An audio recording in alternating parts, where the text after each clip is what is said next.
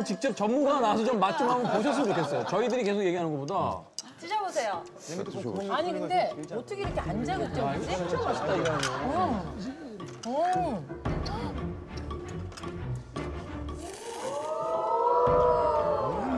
괜찮죠? 국제 라면 특허를 보유하고 있으면서 강의까지 하고 다니는 전문가시라는데요. 궁금하시죠? 예, 스페셜 게스트 임형태 씨를 모시도록 하겠습니다. 박수 한번 주시죠.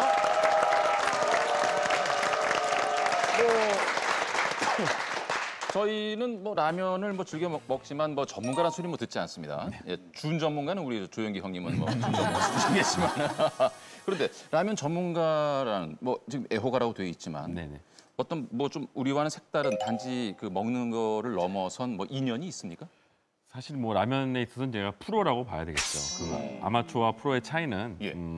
아마추어는 이제 자기가 좋아하는 일을 그냥 하면서 취미 생활을 하는 사람이고 프로는 그거를 이제 팔아서 이제 수익을 내고 돈을 이제 받는 사람들. 저는 이제 뭐 그런 사람이라고 볼 수 있겠죠. 지금 20년 가까이 지금 라면 전문점을 운영을 하고 있고 군대에서부터만 끓인 라면이 제가 10,000개 정도 되고 그게 계기가 돼서 제가 또 라면 쪽으로 이렇게 진출을 하게 돼서 지금의 이제 제가 있게 된 거예요. 아, 그러시군요. 그러면 직접 뭐 라면 전문점 운영도 하시지만 실제로 라면도 요즘도 많이 드시죠? 예, 많이 먹는 편이에요. 예, 어느 정도나? 평균적으로 일주일에 한 3, 4회 3, 4회? 정도 예, 평균적으로 먹는 것 같아요. 실제로 뭐 건강에 뭐 이상 신호는 없었습니까? 전혀 없습니다. 예. 전혀 없고요. 예. 그리고 무슨 특허를 갖고 계신데 구체적으로 어떤 특허입니까?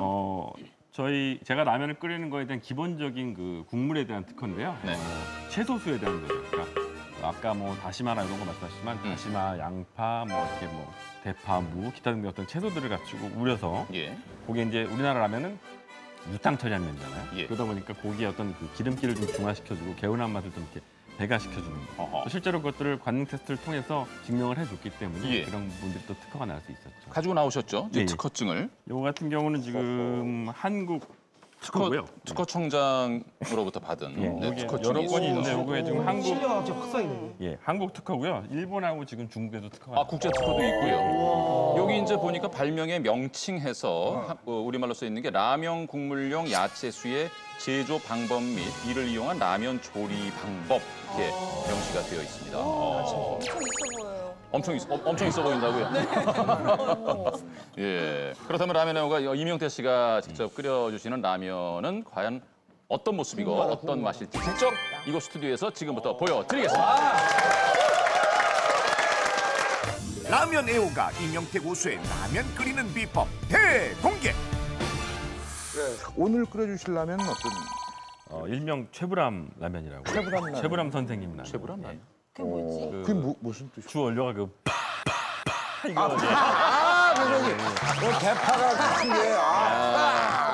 파와 양파를 이용한 건데 그 아까도 제가 특허에 대해서 말씀드렸는데 네. 그 라면을 끓이는 원료가 채소수라고 그랬잖아요. 가정에서 이제 그거를 하려고 막 그 채소를 오랫동안 끓인 물을 뭐 만들고 막 이렇게 할 수가 없잖아요. 또 그렇죠. 많은 양을 만들어야 되는데 그래. 근데 그런 것들에 대한 비슷한 효과를 줄 수 있고 예.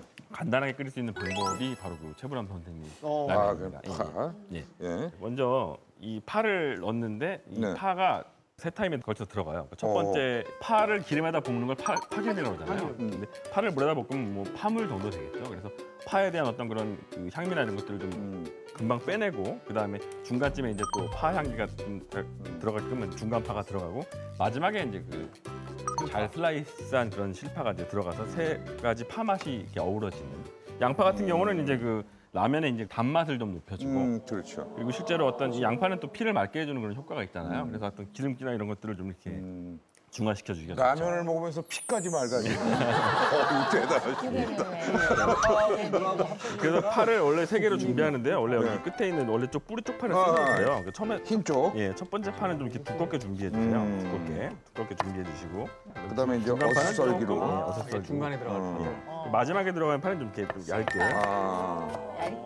얇게 쳐주셔야죠. 아, 지금 고명 마치 삼겹살이나 파채 드시. 그렇죠. 일본 라면에 들어가. 이렇게 파 양은 이 정도로 준비해 주시고요. 네. 양파를 넣는데 양파도 기호에 따라서 이렇게 쓰실 수 있는 건데 처음에 들어가는 대파랑 같이 쓸 거기 때문에 좀 조금 굵게. 중간에 있는 굵은 쪽으로 쓰겠습니다. 드셔도 되고 드시지 않아도 네. 되고 그래서 요거는 한 요 정도 양을 네. 자, 처음에 이제 물을 끓이는데요. 네. 야채수는 이제 보통 1시간에 2시간 정도 우려내야 되는데 지금 그럴 수가 없잖아요. 빨리 배고픈데 빨리 먹어야 되니까. 네. 그래서 약간 물을 약간만 잡고요. 조금만 잡고. 그래요. 요 파들은 이제 넣어주십시오. 그러면 이제 좀 굵게 쓰는 거. 예. 끓일 때까지 조금 이제 기다리셔야죠. 자, 그리고 마지막으로 이제 메이드 하는 거가 뭐냐면 그 쌀국수 집에 가 보면 네. 쌀국수가 사실 이제 고기 육수에다 이렇게 네, 쌀국수를 그렇죠. 먹잖아요. 그래서 좀 느끼한 건데 그거를 이렇게 많이 이렇게 좀 중화시켜 주는 게 양파 초절임이 있습니다. 아, 그 있죠. 거기 나오죠. 예, 예. 양파 초절임 구하기가 그러니까 집에 어렵잖아요. 그거 없잖아요. 가격. 그래서 요번에는 양파 초절임을 대처할 만한 네. 그게 있어요. 그래서 그게 뭐죠? 뭐냐면 시중에서 그 네. 마트나 이런 데 가보시면 그 쌈무가 나와 있어요.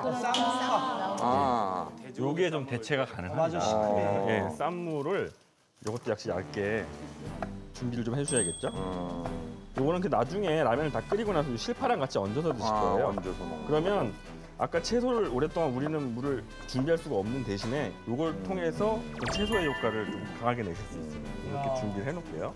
그리고 처음에 이제 라면 끓일 때 팁 중에 하나가 처음부터 너무 물을 많이 잡고 끓이게 되면 그 이 면발 자체에 습이 잘 배질 않아요. 그래서 뭐 건강 이런 걸 떠나서 맛있는 라면을 정말 라면다운 라면을 먹고자 한다면 물을 좀 조금 잡고 끓이다가 뒤에 가서 이제 첨가해서 마지막 지금 우리는 이렇게 됐을 때 여기서 반을 치고 이렇게 4번 치거든요. 그거는 안 하는 게 좋습니다.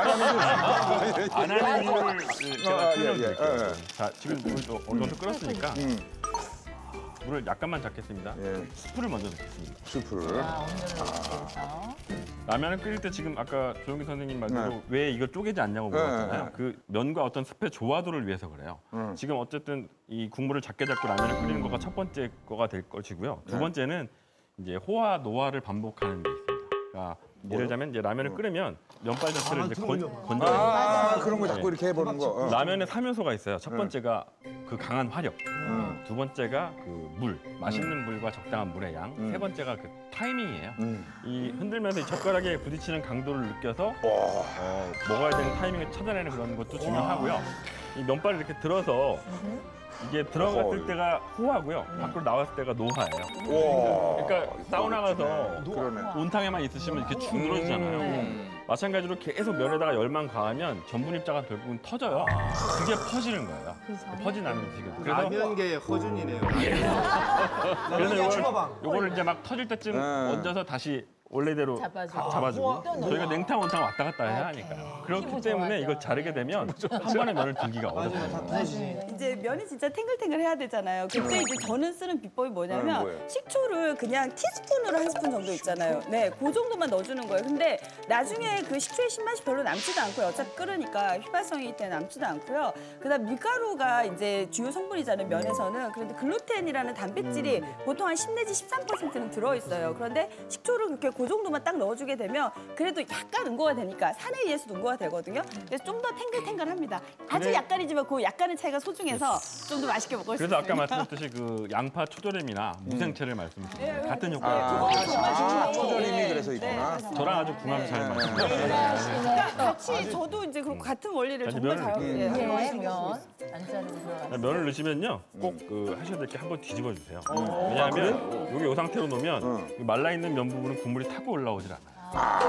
국물이 타고 올라오게끔 라면 이제 풀어졌어. 풀어졌을 때 지금 중간 파를 넣어주시면 중간 파. 여기 또 물을 또 부어야 되네. 또 부어야죠 이제 마지막으로 양을 좀 맞춰주고요.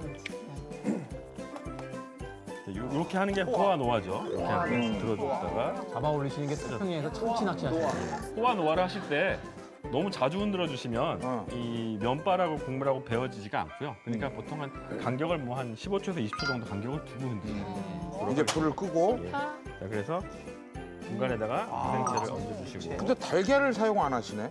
지금은 좀 배제를 하고 해봤어요. 그냥 그래요? 라면만 갖고 집에 있는 요즘 또 달걀 값이 좀 비싸잖아요. 그래. 달걀 없이 한번 요새는 드셔보시면. 라면에다 달걀을 넣으면요. 가장 저렴한 음식에 가장 비싼 재료를 넣어서 만드는 요리가 되는 거죠. 자, 이제 뭐 한번 해보시면 알 것 같아요. 자, 여기 있으니까. 냄새가. 이게 냄새 예사롭지 않네요. 오.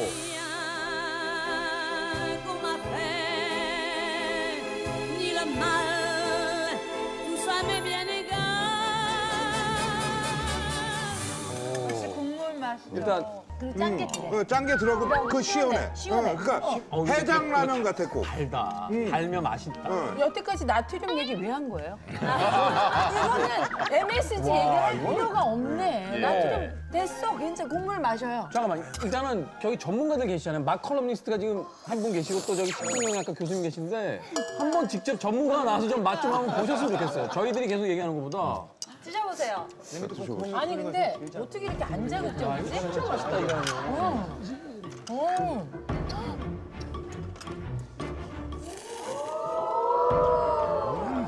괜찮죠? 맛있다. 시원하죠? 여기서 아까 라면 몸에 안 좋다고 반대했던 분 계세요?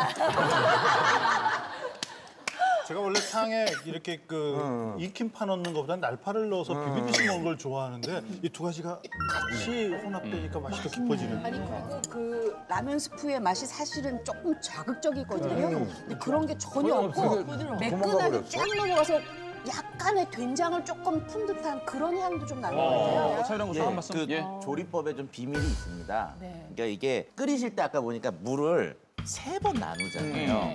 그리고 수프를 중간쯤에 넣으셨죠. 이러면 면 속으로 습이 더 많이 들어가요. 그러니까 국물은 상대로 좀 깔끔해 보이는데 국물이 그래도 면은 맛이 굉장히 좋아지는 거예요. 맛과 조직감을 가장 완벽하게 살려냈던 그런 조리법이고 집에서 쉽게 하실 수 있을 거라고 예. 생각이 됩니다. 그래서 한번 응용을 해보시기 바랍니다. 오늘 그 맛있고 건강하게 라면을 즐길 수 있는 방법 알려주신 국제 특허 소지자 이명태 선생님 감사합니다.